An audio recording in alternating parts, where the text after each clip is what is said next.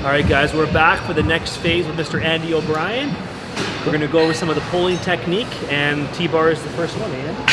Yeah. I mean, it's very similar to the pressing techniques. I think the rowing techniques they've got a lot of overlap, and I think personally, I really believe that in all the different exercises that you're doing, it really comes back to a half a dozen basic physiologic principles that hold true in any situation. And so I think that by looking at them in a lot of different ways, we can kind of see how the same principles that we're talking about over there apply to a row as well, just on the other side of things. So yeah, if you want to jump on here, Matt, let's do it. So Matt, if you go through a few of the rows kind of the way that you were doing them before, so if you lift real high through the chest actually, so lift the chest up really high.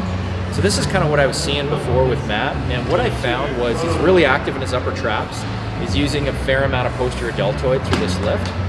And actually, what I found was there was a pretty big anterior pelvic tilt. So go back the other way, Matt. So this is kind of what I found, and then go ahead and use that kind of back arch to create the lift. So this is pretty common where you see almost a little bit of an excessive sort of arch in the back or excessive lumbar curve. And what I found is just by drawing the belly in, squeezing the glutes, creating a little more of a neutral position in the spine, and setting the head position, and then just pull from there, row from there, and then relax the trap a little bit and try to use the lats. So we're just going to keep the shoulder down as you pull. Yeah, and go ahead, pull from there.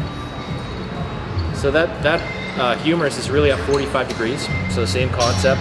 We're trying to get out of the trap a little bit, a little more into the lat. And I just kind of noticed with Matt that, affecting his spine position so it's a little bit more neutral, made a big difference in the way that he was recruiting these muscle groups. He tends to be a little bit trap dominant. Wow. Yeah, so that was the idea. I mean, at the end of the day, from a physique perspective, if you turn to the side back, we have a little bit of development.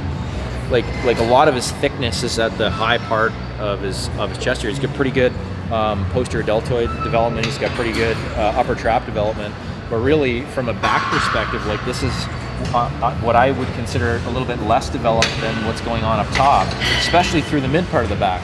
So lower traps, rhomboids, a lot of the scap retractors were getting a little bit neglected because his pull was a little too trap dominant. So what we're trying to do essentially is use the lat to essentially inhibit the trap, maintain that sort of lat activation or the shoulder depression through the pull, and now you can see he's getting a lot more mid-back activation. So here's the rhomboid, here's the lower trap activation.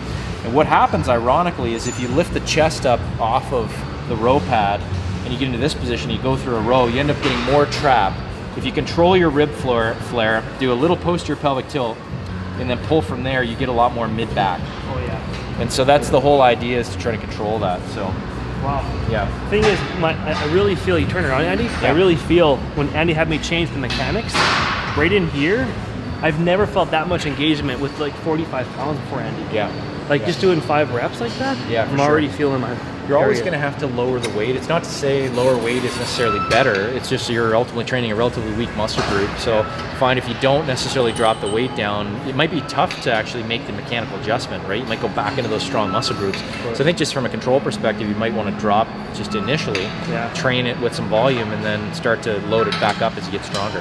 Here's a question I have for you. Like you said, my lower lats are a little more underdeveloped than my upper area. What move would you actually suggest to me to build that lower lat area more? Well, I think there's 2 sides to it. One is isolating the lat with like a lat pull down, for example, right? And that's going to be probably the truest way to create load in that muscle group, or do like a wide grip chin up or something along those lines. In any of your rowing techniques, getting the lat more involved helps the lower traps and the rhomboids. Okay. So what we're doing is we're using the lat as a stabilizer to create more recruitment in your mid-back. Okay. So we're not necessarily using this as a lat exercise, even though the lat's getting some work, but it's working not as a primary mover, it's working as a stabilizer. And the purpose is to get you out of your upper trap, which ultimately interferes with lower trap activation. So what we're doing is we're using the lat to inhibit the upper trap motion, and thereby we're getting more rhomboid recruitment and a little bit more lower trap recruitment. So we're bringing out your mid-back, and we're using the lat to do that. Well, if we would try that pull down for a second, Andy, right now. We'll jump over there for a second. We'll walk over there. Yeah, perfect. It's right over here, actually. Okay.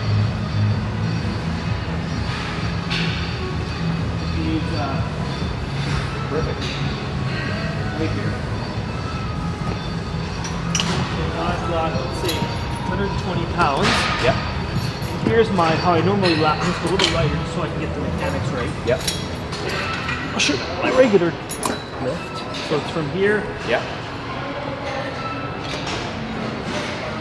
That's how you usually lift. Yeah. So. Yeah, nice. I like it. Again, a couple of things to consider in this exercise. If you sit, but keep your hands free of the bar for a second, I can kind of show you that, essentially that action of the lat is going to pull straight down and then slightly forward. Yep. Right? So the lat, because of the way it attaches, you're going to create this like direct pull down, and then the lat actually has a bit of a roll to create a bit of that kind of forward rotation at the very end. So that the most true motion is actually just like that, right, with the lat. So as long as you lean back a tiny bit and have this ahead forward, this is going to be all lat when you pull to this position, right? If you lean back, what's going to happen, and when you pull from here, a lot of people pull from here, arch your back and lift your chest up a little bit. The people that are pulling from here, they're now starting to do sort of a hybrid lat pull down with a row. So if you're actually like at 45 degrees and you're pulling from here, you're now like half lat, half row.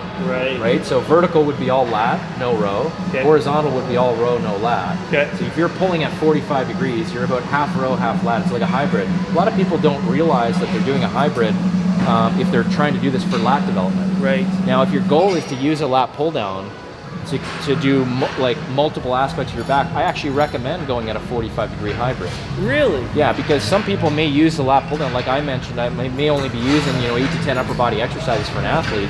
And if we have access to a lat pull down, or somebody has one at their house, and they want to try to build their entire back with this exercise, they may want to get some rhomboidal recruitment or some other recruitment. So for you, I would actually recommend for you, like maybe occasionally doing that as a way of adding load into the mid part of your back, because that's a weak area of your back right now. So for you, dropping back to that 45 degrees can actually give you a little bit more mid-back activation. Whereas here, you're going to get a little bit of pure lat activation. So it depends on what your goal is. Okay. Right? The more upright you are and the more direct that pull down is, the more it's going to be pure lat. The more you go back this way, the more it's going to be a hybrid. And then again, when we were over in the lat pull down, now we're looking at a perpendicular pull angle. That's right. So that's very little lat. So we had to work just to get the lats engaged, but that's going to be all mid-back. So it depends on whether you want to isolate it. But let's say you had only time to do one row, you didn't have time to do both.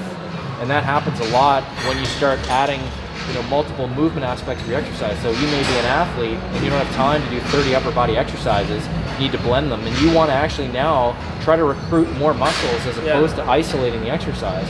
And that could be the same thing for a super league athlete, a CrossFit exercise. You start adding sled pushes and different things, and it decreases the amount of actually isolated muscle work that you do. So you may want to use this exercise as a way of just recruiting overall muscle work. If you're a bodybuilder working your lats, I would definitely do a straight pull. So then basically on this pull, then you recommend always keeping the tension. So don't like go to full, always keep the tension. So if I'm going like this, I'm doing a regular pull just from here. Is that motion, like do I go full with the extension? So it's a really good question actually, because you'll have some people that will say going through the full range of motion is better.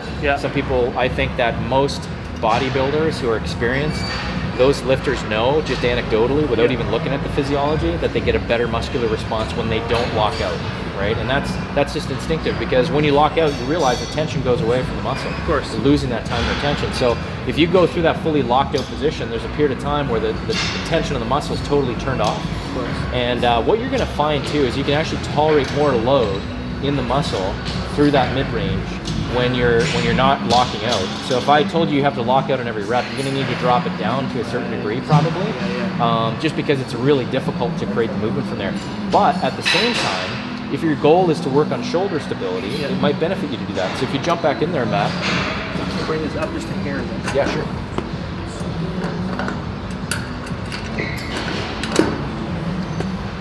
So when you reach actually without the bar, if we just jump in here, if you want to go to this position, if your goal is to really work on articulating, that locked out position from there, for whatever reason, maybe we want to develop some of those kind of stabilizing aspects of the shoulder.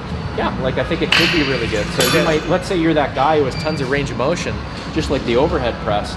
Now we may actually want to take that person to that end range, because we're really working on building stability at end range. If you just want to create growth in the muscle, I would do that same technique where you'd lock out, maybe 90%, and then bring it right back down.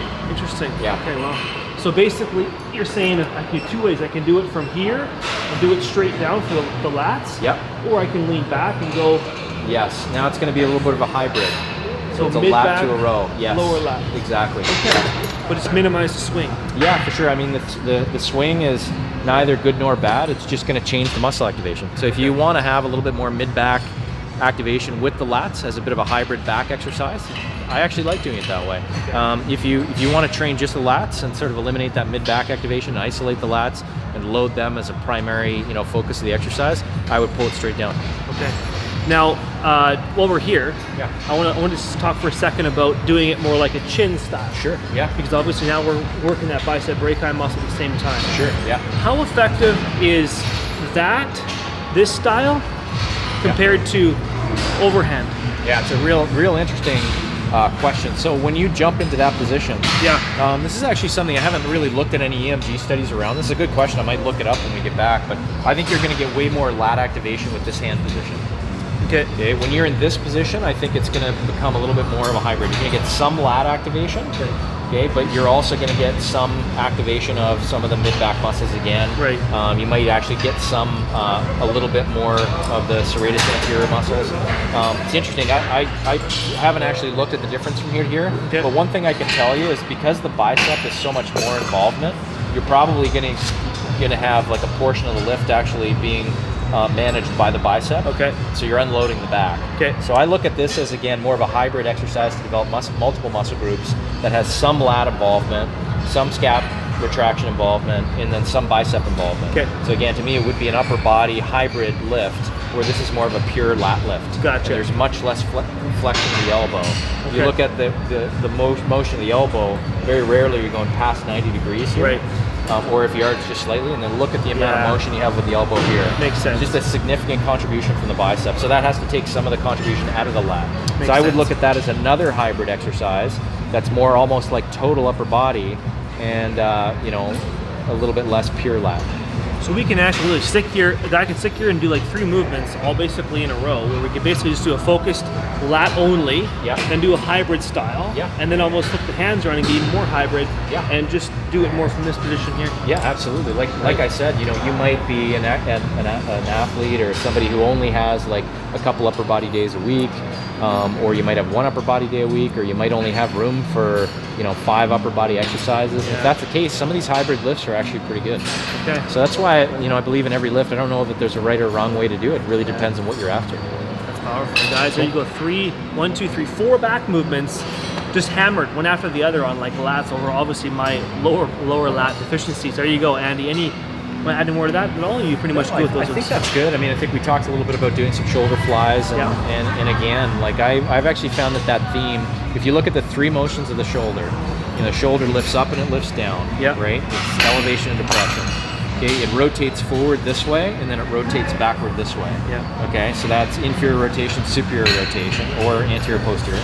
And then it protracts forward, and then it retracts backwards. Right. So the preferential shoulder position that I use is usually depression, and retraction, and superior rotation. Okay. So it's coming back this way. Okay. Yes. So I tend to like that position, and the reason being is because I find that most people's shoulders are typically in elevation, a little too trap dominant. They're a little bit inferiorly rotated, and then additionally they're protracted. Right. So what that ends up, like if you look at the back, it ends up with a weakness through this area and a weakness through this area. So a lot of the deep scap stabilizers and the posterior rotator cuff muscles get weak. So for me, because with a lot of the people I'm working with, we don't have a plethora of upper body exercises, I like to train the multi-joint movements so that they have a maximal contribution of those small muscle groups. I get a little bit more bang for my buck. Ironically, it's really funny. Most people, when they get massaged, a lot of people will just go to these weak muscle groups and just strip them right down. So even what little tone there was, the tone's all gone after that, which is really ironic. And I always tell people, I said, listen, you might not, as a soft tissue therapist, you might not want to gravitate to those muscles because they're already so weak, right? And you may be better off working the bicep tendon, working the pec major, the pec minor, trying to create a little bit more range there and then do a little bit more strengthening in the back. But ironically, a majority of the soft tissue work that that people tend to do in the shoulder is working that posterior side of the upper body. So I have a tendency to like to strengthen that side and build a little bit more shortening of those muscle groups and try to create a little more stretching in the front side for most people. I love it. That's Andy O'Brien, sports performance coach, trainer, celebrity trainer of all the athletes who want to get trained. But actually, your specialty actually is custom program design, by the way. Yeah, That's your specialty. I mean, essentially, like, if anyone ever sees me, I don't go by celebrity trainer. That's always my thing. I'm just Andy, okay? So it's just Andy. I'm just a trainer like everybody else, but I've kind of fell into this niche of working with a lot of people that maybe are a little outside the box with the standard program design. So I get into exercise modifications, individual program design. So that's kind of my niche right now, is like specializing with people that maybe want something that's a little more customizable, you know. So essentially that's what I do, but outside of that, I'm a trainer like everybody else. So. But, you know, Andy's so diversified because, you know, obviously 20 plus years, you know, learning and being educated and just being in the trenches of high-level athletes for so many years, you know. And the real thing is, you don't really want to be in the spotlight. It's kind of your thing. You like to be kind of in the back usually, right? Yeah, I mean, and, to be honest, I think, like, I just love the work. You love, you love it. Right? I enjoy the work. I love the technique. I love talking about it. I love exploring it. You know, the status thing for me, there's no status in being a trainer. It's like, you know, I don't care what level you get to. You're still cleaning floors and you're still picking up weights. You know, I don't think it's a glorious thing, and I don't think there's any status to it, but I love the work. I love being here. You know, one of the reasons why I love, you know, hanging out with Matt and talking shop is Matt's just one of the most genuine, humble people you'll meet, and loves the gym, loves to train, loves to talk about training, and so that's just a fun, you know, experience for me to be involved with this. So thanks, Andy. Real pleasure, man. Thank you so much, man. Okay, great. Yeah, cool.